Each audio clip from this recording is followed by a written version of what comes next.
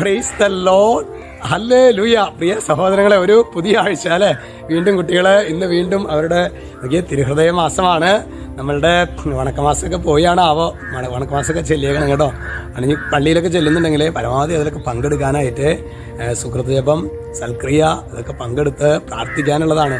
അതുപോലെ ഞാനിങ്ങനെ ചിന്തിക്കുകയായിരുന്നു സഹോദരങ്ങളെ, നമ്മുടെ ഈ സിസ്റ്റേഴ്സിൻ്റെയൊക്കെ സഭയിലെ റോൾ എത്രമാത്രം. ഞാൻ മിനിഞ്ഞാത്ത കാര്യം പറഞ്ഞില്ല, ഇന്നലെയാണെങ്കിലും കാറ്റീസൻ കുട്ടികളെ കുറേ പേരെ കാണാൻ പറ്റി. ശരിക്ക് ഒരു സമയമെടുത്ത് പറയുമ്പോൾ തന്നെ എന്തൊരു റിലീസാണെന്ന് അറിയാമോ, ഒന്ന് ഏറ്റു പറയുക എന്നുള്ളത്. സിസ്റ്റേഴ്സിൻ്റെയൊക്കെ റോള് എത്രമാത്രം മഹത്തരമാണ്. നമ്മൾ ശരിക്കും സഭയിൽ ധാരാളം ദൈവവിളി ഉണ്ടാകാനായിട്ട് എത്രയധികം പ്രാർത്ഥിക്കണമെന്ന് എനിക്ക് ഒരു സംഭവം ഓർമ്മപ്പെടുത്തി സഹോദരങ്ങളെ. ഒരു ആത്മാർക്കൊക്കെ നന്നായിട്ട് ശുശ്രൂഷ ചെയ്യാൻ പറ്റുമെങ്കിലും ഒരു സമർപ്പിതയായൊരു സിസ്റ്റർ ചെയ്യുന്ന ശുശ്രൂഷ എന്ന് പറഞ്ഞാൽ നമുക്ക് ചിന്തിക്കാൻ പറ്റില്ല. അല്ലെങ്കിൽ ഒരു വൈദികൻ. അതുകൊണ്ടല്ല പിശാച് ശരിക്കും ഓരോ കാര്യങ്ങൾ, ആവശ്യമില്ലാത്ത കാര്യങ്ങൾ, കുഞ്ഞ് എന്തെങ്കിലും ഉണ്ടായാൽ അതിനങ്ങൾ പർവ്വതീകരിച്ച് സമർപ്പിത ജീവിതത്തോട്, പൗരോഹിത്യ ജീവിതത്തോടൊക്കെ പിശാച് ഒരു കെണി ഒരുക്കുന്നത് കണ്ട സഹോദരങ്ങൾ. ഇത് അച്ഛൻ പറയുമ്പോൾ ആത്മാവിൻ്റെ റോൾ കുറയ്ക്കുന്നില്ല. അച്ഛനെ എനിക്ക് നല്ല ആത്മായ ശുശ്രൂഷകരുണ്ട്. പക്ഷെ അതിന് നേതൃത്വം കൊടുക്കാനായിട്ട് ഒരു പുരോഹിതൻ, അച്ഛൻ്റെ ഹോറർ മിനിസ്ട്രി എന്നാണ് അതിൻ്റെ പേര്. അച്ഛൻ്റെ മിനിസ്ട്രിയാണ്. അച്ഛൻ്റെ മിനിസ്ട്രിക്ക് വേണ്ടി പ്രാർത്ഥിക്കുക എന്നുള്ളതാണ് അവരുടെ. അതിൽ ധാരാളം അച്ഛൻ്റെ വലതും ഇടതും ഒക്കെ ആത്മായ ശുശ്രൂഷകരാണ്. അങ്ങനെ നേതൃത്വം കൊടുക്കുന്ന ഒരു വൈദികനാണ്. ഇതുപോലെ ശരിക്കും നമുക്ക് ധാരാളം വിശുദ്ധരായ വൈദികര്, വിശുദ്ധരായ സിസ്റ്റേഴ്സൊക്കെ ഈ കാലഘട്ടത്തിൻ്റെ ആവശ്യമാണ്. അപ്പോൾ നമ്മൾ പ്രത്യേകമായിട്ട് അതിന് വേറൊന്നും ചെയ്യേണ്ട കാര്യമില്ല, നന്നായിട്ട് പ്രാർത്ഥിക്കുക. എങ്ങനെ പ്രാർത്ഥിക്കുക? ദൈവമേ, എൻ്റെ കുടുംബത്തിൽ ഒരു 7 തലമുറയുടെ ഉള്ളിൽ ഒരു വിശുദ്ധനായ വൈദികൻ ഉണ്ടാകണം, ഒരു വിശുദ്ധനായ സമർപ്പിത ഉണ്ടാകണം. നിങ്ങൾ പ്രാർത്ഥിക്കുക. ദൈവം, പ്രിയ സഹോദരങ്ങൾ, നേർച്ച നേരാനല്ല പറഞ്ഞത്, ദൈവം നിങ്ങളുടെ പ്രാർത്ഥന കേൾക്കും. ഹല്ലേലൂയ.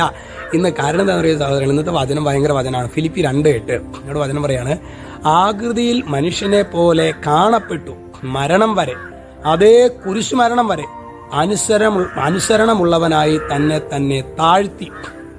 എൻ്റെ ജീവിതത്തിലെ പ്രിയ സഹോദരങ്ങളെ, ഭയങ്കര ബുദ്ധിമുട്ടും ഒറ്റപ്പെടലും അല്ലെങ്കിൽ ഭയങ്കരമായ ഞെരുക്കങ്ങളൊക്കെ അനുഭവം ഞാൻ സാധാരണ ചെയ്യാറുള്ളത് എന്താണെന്നറിയാമോ?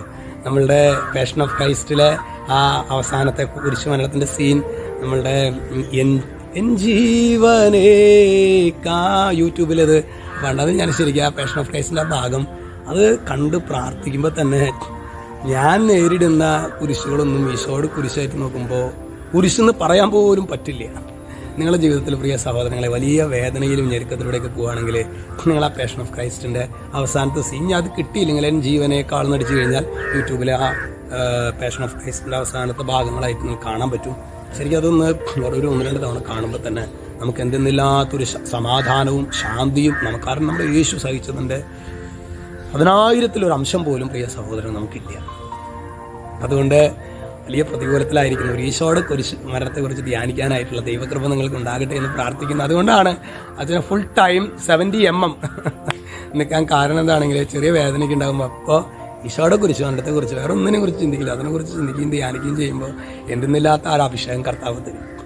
രക്ഷിതാവായ യേശുക്രിസ്തുവിൻ്റെ നാമത്തിൽ, വചനത്തിൻ്റെ അധികാരത്തിൽ, വിശുദ്ധ കുരിശിൻ്റെ അടയാളത്തിൽ മുദ്ര ചെയ്യുന്നു, ഇപ്പോഴും എപ്പോഴും എന്നേക്കും. ആമേൻ.